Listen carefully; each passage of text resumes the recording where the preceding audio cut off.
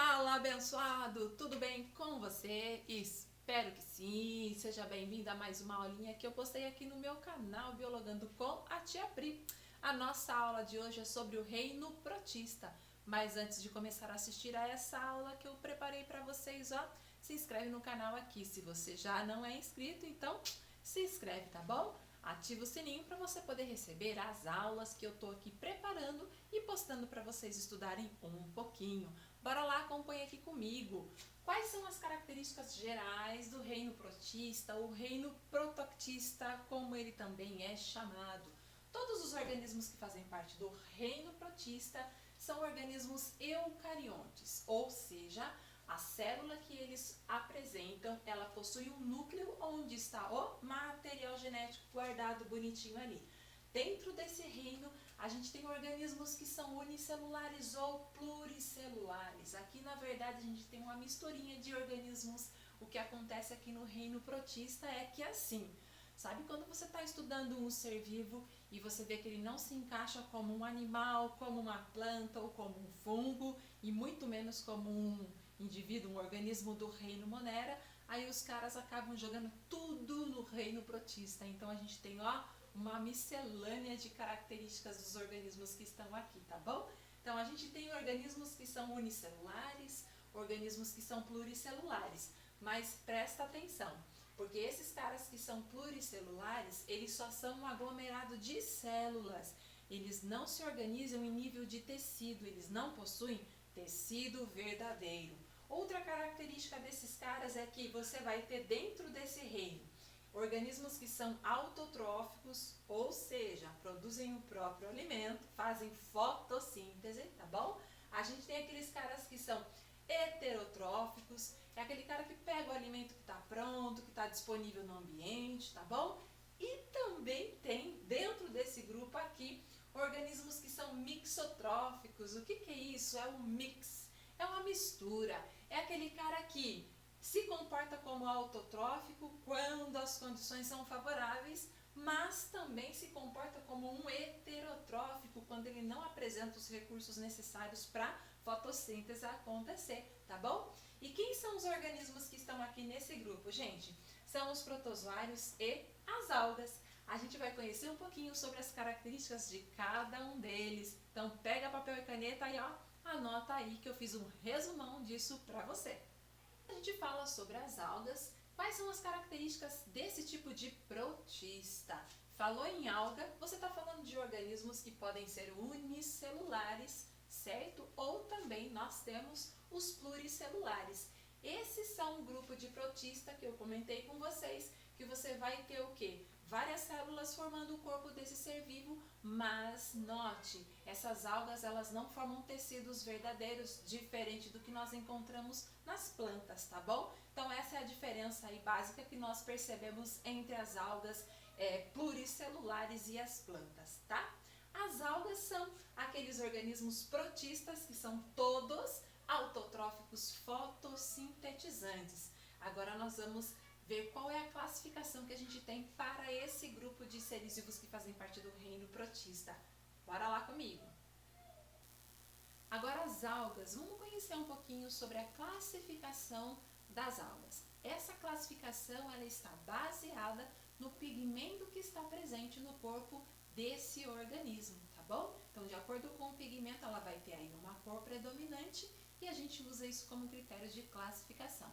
Vamos lá conhecer quais são esses grupos de algas, quais são esses filos. Na realidade, no grupo das algas, a gente não usa a expressão filo, a gente usa a expressão divisão, mas tem o mesmo valor taxonômico que o filo, tá bom? Então, se você ouvir a expressão divisão, significa aqui filo, tá bom? Tá ali, sossegadinho? Então, vai lá. Quais são esses grupos? Um grupo bastante conhecido é o grupo das algas verdes, ou clorofíceas, como elas são chamadas. Dentro desse grupo, a gente tem as algas que são unicelulares, ou seja, as algas microscópicas, e também as algas macroscópicas, as algas pluricelulares. Qual que é o pigmento que tem ali nesse grupo de algas? Para elas serem da coloração verde, a gente tem a clorofila A e a clorofila B. Esses são os pigmentos encontrados nesse grupo de algas. E qual que é a curiosidade sobre elas, né? Elas são as precursoras das plantas. As algas macroscópicas, a uva, ela é a alga que mais se aproxima do grupo das plantas. Outro grupo de algas conhecida é a alga vermelha, ou as rodopícias, tá? Qual que é o pigmento que elas têm? Elas têm o pigmento clorofila A e a ficobilina. Essas algas podem ser unicelulares e também pluricelulares, tá? E elas apresentam uma importância econômica bastante grande. Por quê, gente? Porque delas é extraída uma substância chamada agar. E esse agar, ele é utilizado para dar consistência no alimento. Por exemplo, a gelatina, aquela consistência da gelatina se deve à presença desse agar que é extraído dessa alga e a alga vermelha.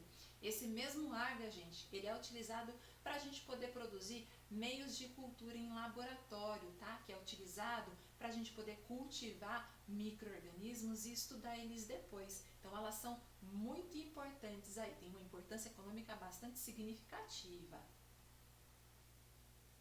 Outro grupo de alga aí são as algas pardas ou feofícias, como são chamadas. Todas elas são pluricelulares e apresentam aí um pigmento, né, a clorofila A, a clorofila C e um outro pigmento chamado fucoxantina. E eu tenho certeza que essa alga vocês conhecem, porque ela é muito utilizada na culinária oriental. Sabe o sushi, aquela folhinha que envolve aquele pacotinho de arroz? Então, é essa alga que é utilizada para envolver e produzir esse alimento aí, tá bom? Mais um grupo de algas aí para a gente estudar é o grupo das algas douradas ou crisofícias, como elas são chamadas. Essas algas, elas são unicelulares. Você vai ter algumas que vivem isoladas, outras que formam colônias, tá bom? E a alga mais conhecida desse grupo é a alga, a diatomácea, é o nome que ela tem aí, tá? Essa alga, a diatomácea, ela é utilizada muito, ela tem importância econômica. Por quê? Na parede celular dessa alga aí, que parece como se fosse uma plaquinha de Petri, ela se encaixa como se tivesse um fundo e uma tampinha, né? A parede celular é constituída por sílica. E essa substância, né, essa sílica, ela é utilizada como um abrasivo, tá?